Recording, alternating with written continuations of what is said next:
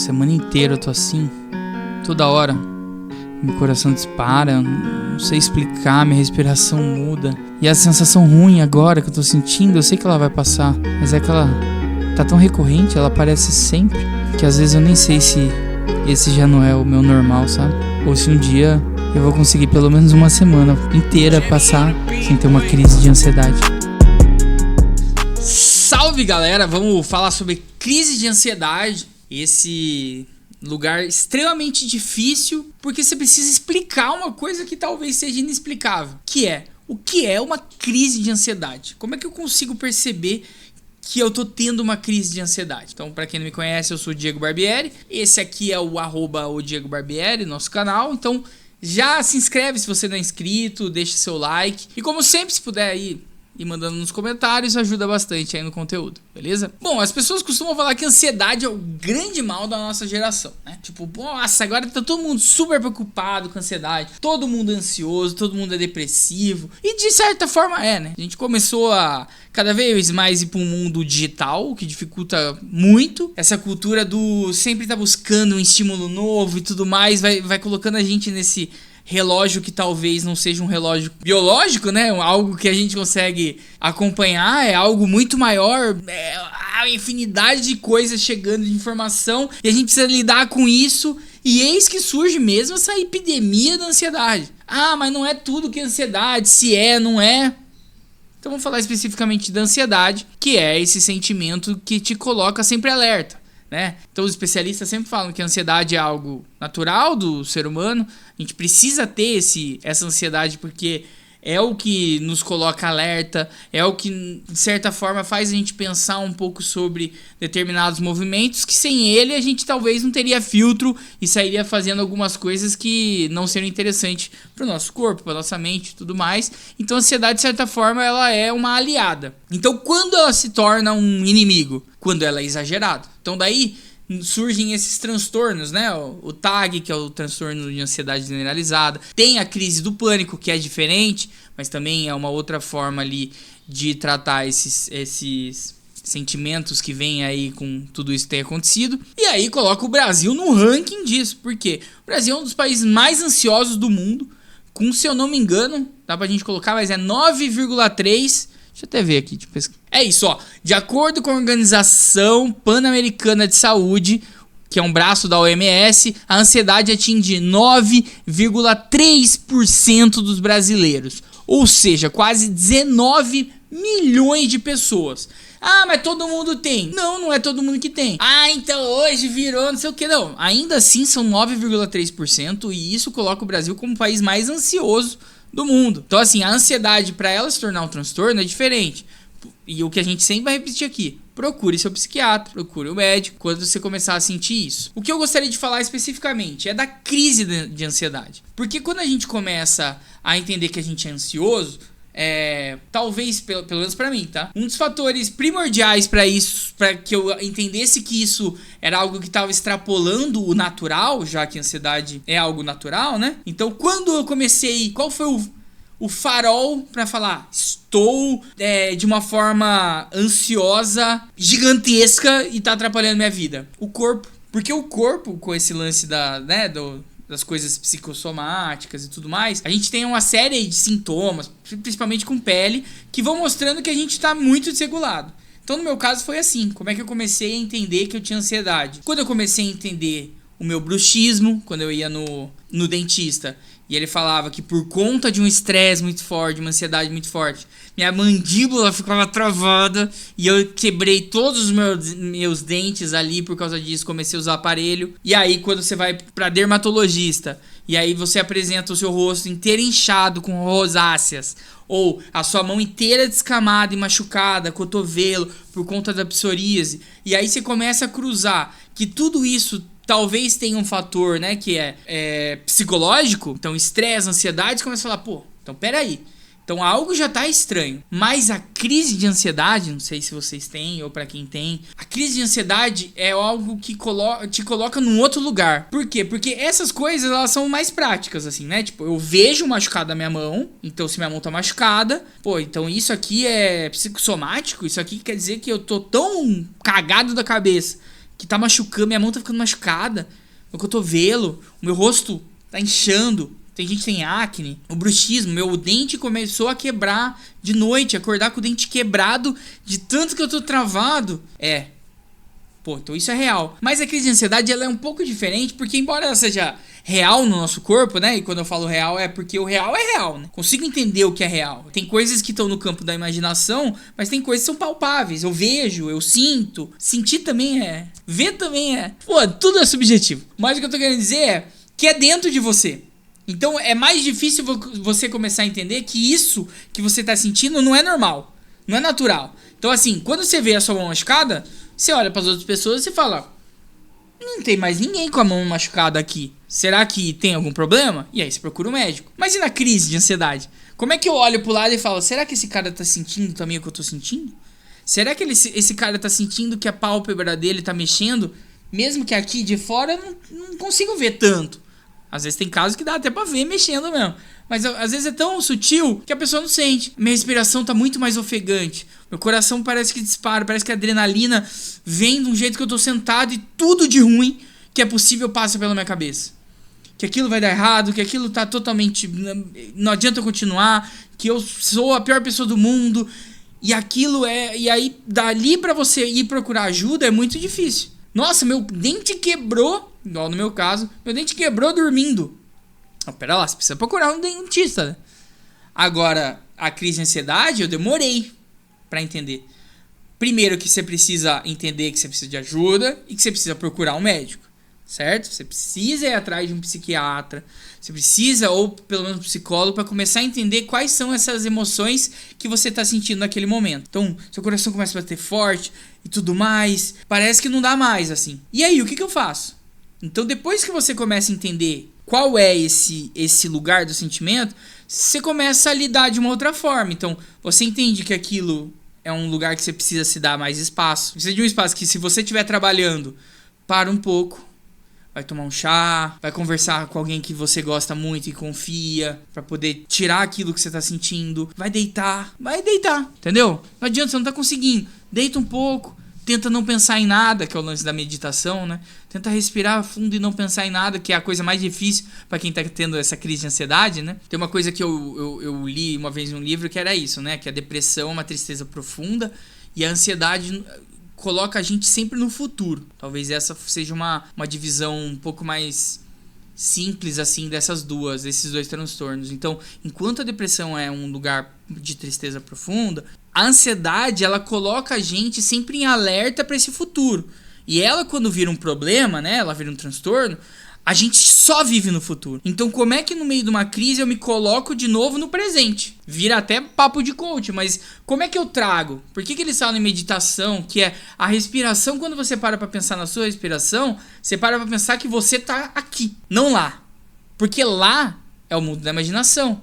Aqui é onde eu preciso estar. Ah, não, mas eu vou descansar. Mas você vai descansar, ou você vai ir deitar no seu sofá e começar a mexer e procurar estímulos dentro do seu celular, e aí acabou o seu tempo, você volta. E aí o que aconteceu com o seu cérebro? Ele descansou? Porque ele tem sempre procurando estímulos. Então, como é que a gente faz pra fazer uma coisa só? Como é que a gente faz pra estar aqui? Dito isso, tem os remédios também, né? Que, dependendo como tiver o nível de crise, tem gente que relata que não sabe se é uma crise ou um infarte. Crise do pânico também. Mas aí, geralmente, o que a gente começa a entender, e aí eu nunca tive crise do pânico, mas relatam que crise do pânico não tem um gatilho meio que visível, ela vem do nada. Já na crise de ansiedade, você começa a entender que tem determinados gatilhos. Então, existe um padrão que começa a se formar, que depois que você entende, isso é crise, eu tenho ansiedade, e isso que eu tô sentindo é crise. A minha crise tá ligada a esse lugar do alerta, da ansiedade, de projeção do futuro, do medo, tudo bem. E aí o que eu sinto? Eu tô sentindo aqui meu coração. Então você começa a sentir, que é uma coisa muito louca depois de um tempo, tô começando a ter uma crise. Você já deve ter ouvido muita gente falando, tô tendo uma crise. Essa pessoa provavelmente já começou a trabalhar o seu autoconhecimento de sintomas, de emoções, porque ela sabe que aquilo é uma crise. As primeiras vezes é assustador porque você não sabe. E pior, eu, por exemplo, fiquei anos convivendo com isso e eu não sabia o que era. Sabia que era... Depois que eu fui entender que isso era que eu tava sentindo era uma crise de ansiedade, que é isso que eu tô relatando pra vocês. Então assim, depois que você descobre, você vem pra um caminho do eu tô indo pra aquele lugar. Pra quem já chegou muito longe, nossa, foi muito forte, meu corpo, nossa, eu não conseguia levantar, nossa, meu coração batendo, adrenalina, aquilo foi muito ruim, minha respiração tava muito ofegante, pô, foi foda, uma crise realmente forte. Quando você começa a sentir ela no começo, você já começa a agir. Então, putz, vou mudar o que eu tô fazendo, vou deitar, vou ir conversar com alguém. Tem gente que vai praticar esporte, tem gente que vai jogar videogame, tem gente que vai assistir TV. Mas qualquer coisa que te coloque no presente, mas que você fique. Parar com esse momento dos pensamentos fluindo pra esse lugar da crise. Esse é o primeiro impacto, assim, que eu comecei a sentir. Mas, de novo, assim, o que eu acho muito interessante é... Você começa a sentir o gatilho. E aí você tem o gatilho tanto mental e de coisas que aconteceram. Então sempre que alguém vem falar essa pessoa vem falar comigo, eu começo a sentir isso. Então talvez esteja atrelado o gatilho a essa pessoa. Ou aquele determinado momento. Tem gente que fala que é o horário do dia. Quando ele senta para começar a trabalhar depois do almoço. Que o corpo já tem aquele relaxamento do almoço. A hora que ele senta... Vem aquela crise, ou aquela pessoa, ou aquele lugar. Isso são os tais dos gatilhos, né? Que você começa a entender. Quando você começa a achar os gatilhos, te ajuda exatamente nesse lugar de entender que aquilo é um começo, que se você deixar fluir, pode piorar muito, e você precisa agir agora, talvez de outra forma. Então esse lance do mudar o que tá fazendo, se colocar no presente, qualquer coisa que te traga, por isso que tomar um chá, é comer. Então assim, hoje em dia a gente vai comer e a gente tá mexendo e conversando e nem sabe o que comeu. Qual é o sabor direito? A gente não para pra pensar nisso. Quando a gente fecha o olho e põe algo na boca que é novo, e aí vocês vão saber o que eu tô falando, que é quando a gente come uma coisa nova que a gente acha muito gostoso. Então... experimente o bolo que eu fiz. Vou experimentar. E coloca na boca. Você acha muito bom. Porque você está prestando atenção porque é algo novo. E a pessoa quer saber se ficou bom ou não. O que você faz? Fecha o olho e fala... Por que a gente fecha o olho? Porque a gente, quase que inconsciente, quer colocar todo o nosso estímulo sensorial na boca. E é isso. Porque daí o importante é que quando você tá e fecha a boca e coloca tudo ali, você tá fazendo algo que não é... Mesmo que seja inconsciente, mas... Você tá colocando ali toda a sua energia, canalizando todas as suas pulsões pra sua boca. E ali você tá fazendo quase que uma meditação. Então tem gente que fala, não gosto de meditação. Pô, às vezes você não precisa fazer isso. Outra coisa, quando você tem um cachorrinho. Tem um cachorrinho aqui, o Chico. Quando você tá meio começando uma crisezinha assim, você tá sentindo aquela coisa. O que eu faço, muita gente faz. E eu sei que às vezes faz até inconsciente. Que é cheirar o cachorrinho. Coloca o cachorrinho no colo ou deita com ele e dá aquela fungadinha assim, tipo... Sabe, assim, nos pelinhos aqui. Ou a criança recém-nascida, que as pessoas... Que a mãe, né, cheira assim, fala... o cheirinho da criança recém-nascida. Ou o cheirinho, já que a gente tá falando, cheirinho do carro novo. Quando você fala... Nossa, cheirinho de carro novo. Isso são formas também de meditação instantâneas, né, que a gente tá fazendo, que é... puxando e canalizando essa energia para algo que tá acontecendo agora. E algo que tá acontecendo de bom facilita por quê? Porque você percebe que algo sensorial seu te coloca real naquilo. Que é o lance do a comida boa faz você fechar o olho. Quer mais coisa que a comida boa te faz fechar o olho. Esse sentimento é muito importante quando você tá tendo uma crise. Porque é o sentimento de te colocar no presente. E também procurar médico, né? Mas aqui onde eu tô tentando trazer aqui talvez você tenha crise de ansiedade e não saiba.